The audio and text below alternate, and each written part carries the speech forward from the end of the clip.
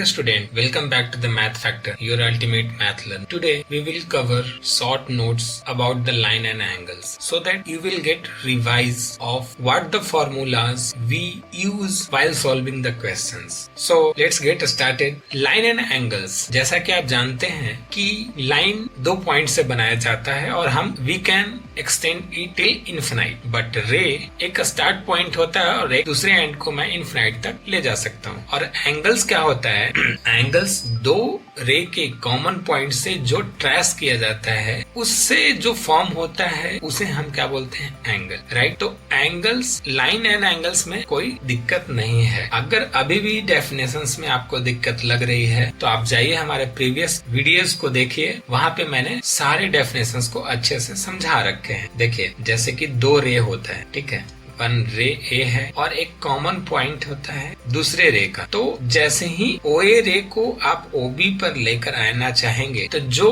Angle of rotation होगा वो इसका एंगल बन जाएगा, इसी को बोलते हैं एंगल। और लाइन क्या होता है? दो पॉइंट को आप जैसे ही मिलाते हैं और इसे इन्फिनाइट तक एक्सटेंड कर सकते हैं तो ऐसे फिगर को हम क्या बोलते हैं? लाइन बोलते हैं। तो कुछ कॉमन पॉइंट हैं जो इस चैप्टर के क्वेश्चंस को सोल्व करने में मदद करता है। तो सबसे पहले intersecting and non intersecting line क्या होता है? देखिए हमने दो लाइन लिया है, लाइन EOF जो कि O पॉइंट पर क्या कर रहा है? इंटरसेक्ट कर रहा है। अंडरस्टूड? O पॉइंट पे ये दो लाइन इंटरसेक्ट कर रही है, line EOF and line COD। आप यहाँ पे देखिए ध्यान से, line EOF and line COD are intersecting line. ये ऐसे लाइन को आप क्या बोलेंगे? इंटरसेक्टिंग लाइन बोलेंगे। Understood? Second, non intersecting line. Non intersecting line क्या होता है? Line EC and DF are non intersecting line, इसको बोलते हैं पैरेलल लाइंस। ओके, ये दोनों की जो डिस्टेंस है इन्फिनाइट तक कभी भी चेंज नहीं होगी। आप यहाँ पर भी अगर इस C, EC और DF की लाइन की मेजरमेंट करेंगे, डिस्टेंस मेजर करेंगे तो ये कभी चेंज नहीं होगा। अभी नेक्स्ट देखते हैं एंगल्स। एंगल्स क्या होता है? जैसा कि हम जानते हैं कि angles is a figure found by two rays, जिसको हम क्या बोलते हैं? आर्म्स भी बोलते हैं। जो दो रेज हैं, ठीक है, मान लिया जाए हम एक रे बनाया A, ओके, एंड सेकेंड रे मैंने बनाया B। ये दो OA क्या है? आर्म्स है, ये होते हैं आर्म्स। एंड ये कॉमन पॉइंट जो O है, उस लाइन जो share common and point share कर रहा है उसको हम क्या बोलते हैं? वर्टेक्स। और जो ये एंगल बना दोनों के बीच में, यही एंगल है जिसको हम थीटा से मेजर करते हैं। यहाँ तक कोई दिक्कत नहीं है। तो देखते हैं types of angle. Types of angle होता क्या है? सबसे पहले देखते हैं एक्यूट एंगल। एक्यूट एंगल क्या होता है? वैसी एंगल जिसकी जो मेजर होती है वो 0 से 90 डिग्री से लेस होनी चाहिए, 0 डिग्री से बड़ी होनी चाहिए और 90 डिग्री से छोटी होनी चाहिए। जस्ट एग्जांपल अगर हम कंसीडर इसको करते हैं तो 45 degree is a acute angle, right? क्योंकि ये 0 से और 90 डिग्री के बीच में लाइज कर रहा है 45, तो एक्यूट एंगल का एग्जांपल हो सकता है। राइट एंगल ट्रायंगल जो एग्जैक्टली 90 डिग्री का एंगल बनाता हो। अंडरस्टूड? ऑब्ट्यूज एंगल, वैसी एंगल जो 90 डिग्री से बड़ी हो बट 180 डिग्री से छोटी हो। तो 180 डिग्री के लिए आपको एक्सटेंड करना पड़ेगा इधर लाइन, राइट? तो एग्जाम्पल क्या हो सकता है? 120 डिग्री एज अ एग्जाम्पल हम कंसिडर कर सकते हैं ऑब्ट्यूज एंगल का। अभी देखते हैं स्ट्रेट एंगल। स्ट्रेट एंगल क्या होता है? जो एग्जैक्टली 180 डिग्री का एंगल बनाता है। ये क्या हुआ? 180 डिग्री का एंगल।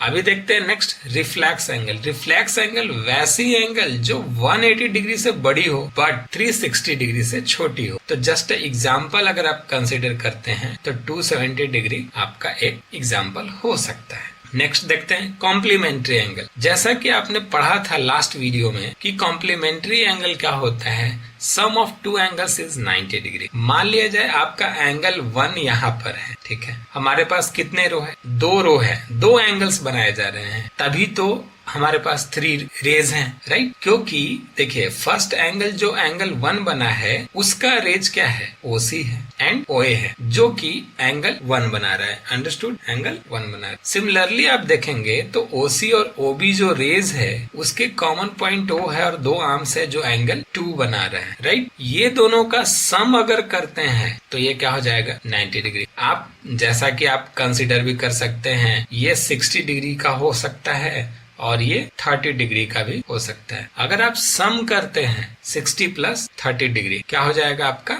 90 डिग्री। अंडरस्टूड? तो वैसे 2 एंगल जिनके सम 90 डिग्री हैं, वैसे एंगल को हम लोग क्या बोलते हैं? कॉम्प्लीमेंट्री एंगल्स बोलते हैं। Next, supplementary angle. Supplementary angles क्या होता है? The sum of 2 angles, the sum of 2 angles is 180 degree. देखिए हमारे पास अगेन यहाँ पे 3 रेज हैं। हमारा एक OB है, OA है, अंडरस्टूड? एक OC है। यहाँ पर जो एंगल बन रहा है वो एग्जैक्टली 180 डिग्री का बन रहा है। मान लिया जाए इधर आपका 120 डिग्री हो सकता है और इधर 60 डिग्री हो सकता है। अगर आप सम करेंगे 120 डिग्री प्लस 60 डिग्री, आपकी वैल्यूज क्या आ जाएगी? 180 डिग्री। वैसे 2 एंगल का सम जो 180 डिग्री के बराबर है, वैसे दोनों एंगल्स को आप क्या बोलेंगे कि ये दोनों सप्लीमेंट्री एंगल्स है। दैट्स। अभी नेक्स्ट देखते हैं एडजेसेंट एंगल। एडजेसेंट एंगल क्या था? एडजेसेंट एंगल जो था कि angles that have a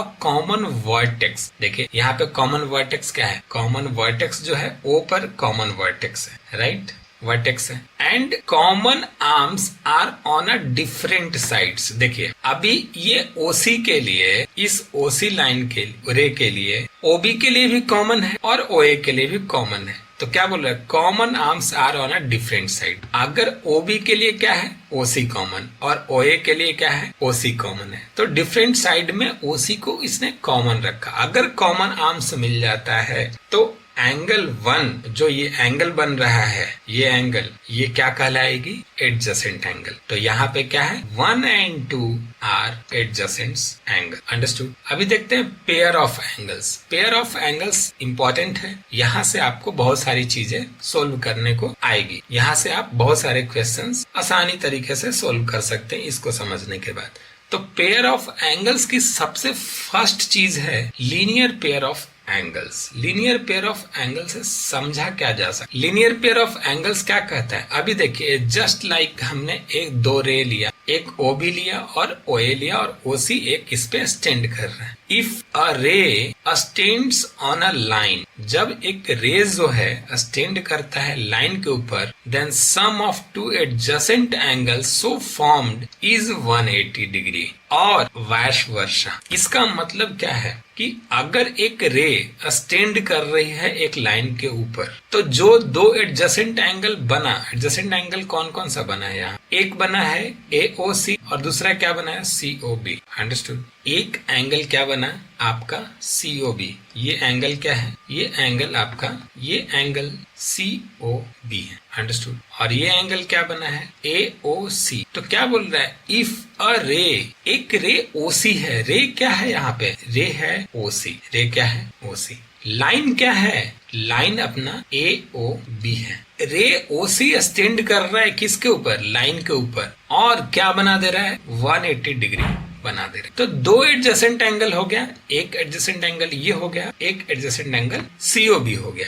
this is the property as called linear pair axiom. इसी को क्या बोला जाता है? लीनियर पेयर एक्सिम बोला जाता है। तो जब हमने दोनों एडजेसेंट एंगल का सम किया तो हमारा क्या सम आ गया? 180 डिग्री के बराबर आ गया। तो इसी को आप क्या बोलते हैं, जो कि वेरी वेरी इंपॉर्टेंट है, लीनियर पेयर ऑफ एक्सिम। अभी देखते हैं vertical opposite angles. Vertical opposite angles क्या कहता है? इफ टू लाइन्स, यहाँ पे लाइन्स कौन कौन है? लाइन जो है, लाइन आपका एक तो लाइन ROS है एंड सेकेंड लाइन क्या है? आपका POQ है। If two lines intersect each other, ये दोनों को एट अ पॉइंट ओ पर क्या कर रहा है, इंटरसेक्ट कर रहा है, then the vertical opposite angles are equal. इनके जो वर्टिकल अपोजिट एंगल है, वर्टिकल अपोजिट एंगल्स कौन कौन से हैं, देखिए अगर ये एंगल बन रहा है, ये जो एंगल बन रहा है, इसके अपोजिट में कौन सा है एंगल, इसके अपोजिट में जस्ट ये वाला है। सिमिलरली जब आप इस एंगल को देखेंगे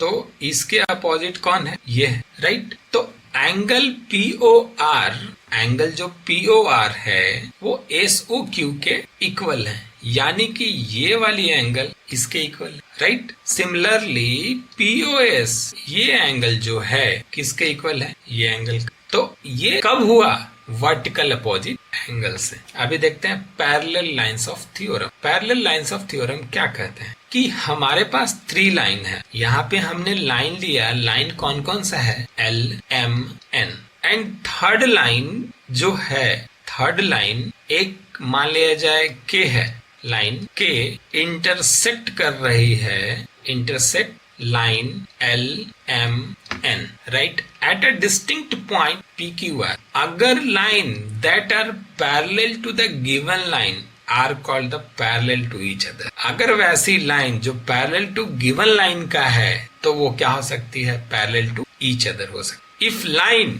अगर line M parallel line L है और line N parallel to the line L है, ये दोनों कंडीशंस हैं, तो आप क्या कह सकते हैं, लाइन M जो होगा वो पैरेलल होगा किसके, लाइन N का, यानी कि M पैरेलल N हो सकता है। हमारे पास देखिए एक लाइन था, 2 लाइन था, 3 लाइन था, ये L था, ये M था, ये N था, राइट। अगर LM पैरेलल N है और M पैरेलल N है तो लाइन L पैरेलल M है और L पैरेलल N है तो M पैरेलल N भी। अभी देखते हैं parallel lines by the transversals, which is very very important, जो कि यहाँ से ही सारे क्वेश्चंस सॉल्व किए जा सकते हैं। तो आपको इसको समझना पड़ेगा, तभी जाकर बात बन सकता है। देखिए parallel lines by the transversals का मतलब पहले समझिए, पहले ट्रांसवर्सल होता क्या है, ठीक है।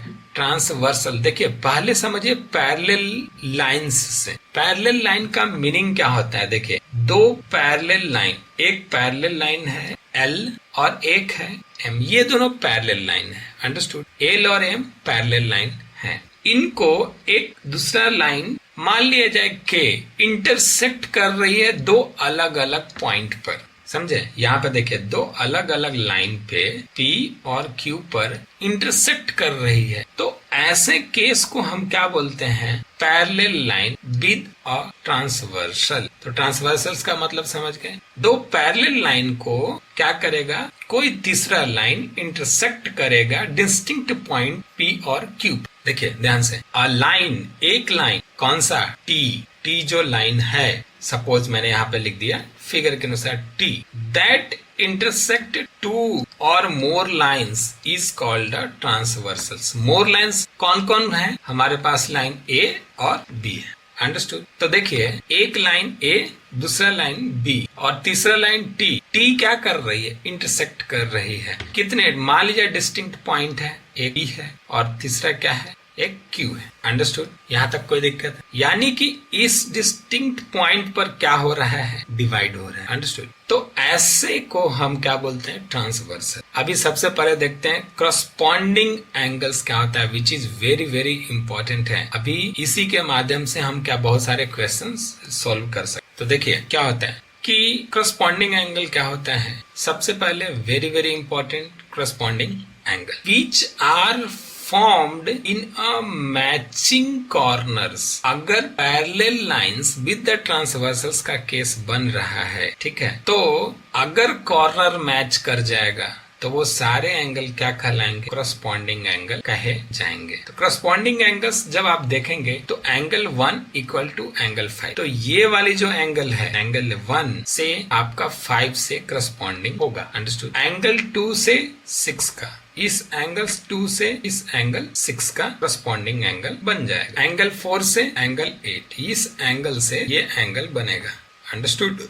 एंगल 3 से एंगल 7, इस एंगल 3 से इस एंगल 7 बनेगा। Transversal intersect two parallel lines, then each pair of corresponding angles is equal। ये कंडीशन बोला, अगर ट्रांसवर्सल लाइन दो पैरेलल लाइन को इंटरसेक्ट करती है तो करस्पॉन्डिंग एंगल हमेशा इक्वल होगी, जो कि वेरी वेरी इंपॉर्टेंट पॉइंट इसने। तो देखते हैं करस्पॉन्डिंग एंगल क्या क्या हो सकता है। Angle 1 equal to angle 5, angle 1 angle 5, angle 4 angle 8, angle 2 angle 6, angle 3 angle 7। ये क्या है? करस्पॉन्डिंग एंगल है जो कि इक्वल हो रहा है। कब इक्वल हो रहा है? क्योंकि दो पैरेलल लाइन को एक ट्रांसवर्सल्स क्या कर रही है? इंटरसेक्ट कर रही है। अभी देखते हैं alternate angle, alternate interior angle. Alternate interior angles the angles formed when a transversal intersect two coplanar